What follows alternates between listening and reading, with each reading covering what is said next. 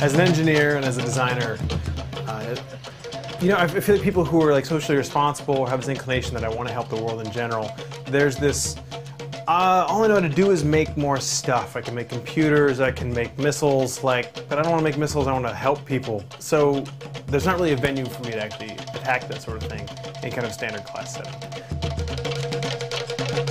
Every year at the Hasso-Plattner Institute of Design at Stanford, graduate students from business, engineering, medicine, science, and other disciplines rally together to create solutions for the big, messy problems of the world's poor. The vehicle?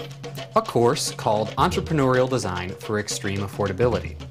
In that 6-month experience, student teams work with real partner organizations on the ground in the developing world to design services and products that will serve the needs of the world's poor. When we originally started the project, 2 of our teammates went over to Ethiopia and we met a woman named Fatuma.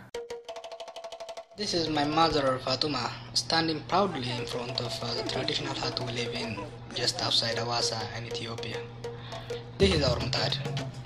My mother uses it to cook injera, Ethiopia's staple food, for every meal we eat. It's one of my mother's most important possessions, but matads are a serious problem. They break every few months. Our family replaces our matad almost 4 times a year because of these little accidents. The money we spend on replacing them would pay for my school expenses with a little extra for food. We saw that a lot of these cooking surfaces, these clay things called matads, keep breaking all the time, at great expense to these families. So we took these pieces of clay that break all the time, and we figured out that if you surround them with a compressive band of metal, you get much stronger surface that's going to last people a long time, save them quite a bit of money. With the band on, the matad can be kicked, it can be dropped, it can, sustain quite a bit of impact, and it doesn't break.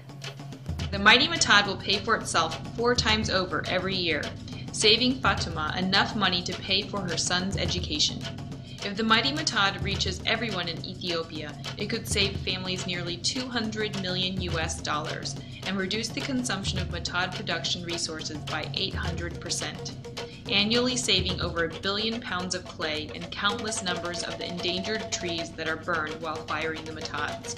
You know, when you scale these things across a country and you look at a nation that really needs better solutions than what they already have, it's amazing how much impact you can get from just very small changes. Students want to make real things for real people that make a real difference. And so far, they have. 2 years ago, students redesigned an irrigation pump in Myanmar. 6 months after the project began, the pump was on the market and is now the best-selling treadle pump in Myanmar.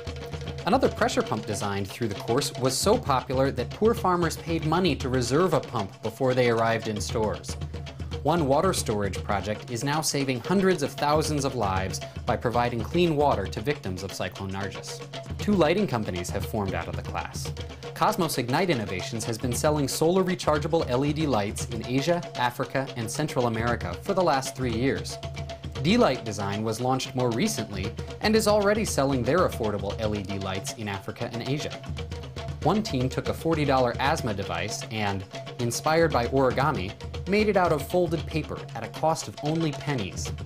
Another team recently founded a company to make incubators for premature infants in remote areas. Their product costs $25, has no moving parts, and requires no electricity.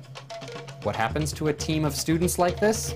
After graduation this Saturday, they are moving to India where they're going to start field tests of their incubator design. I would describe the course as all-consuming, invigorating, inspiring, and really, really a memorable experience. It's the best class I've ever taken, period, and I've been in school for a long time, so that doesn't come lightly. It's been a phenomenal experience, and I can't say how excited I am that we have something I think will actually make some change.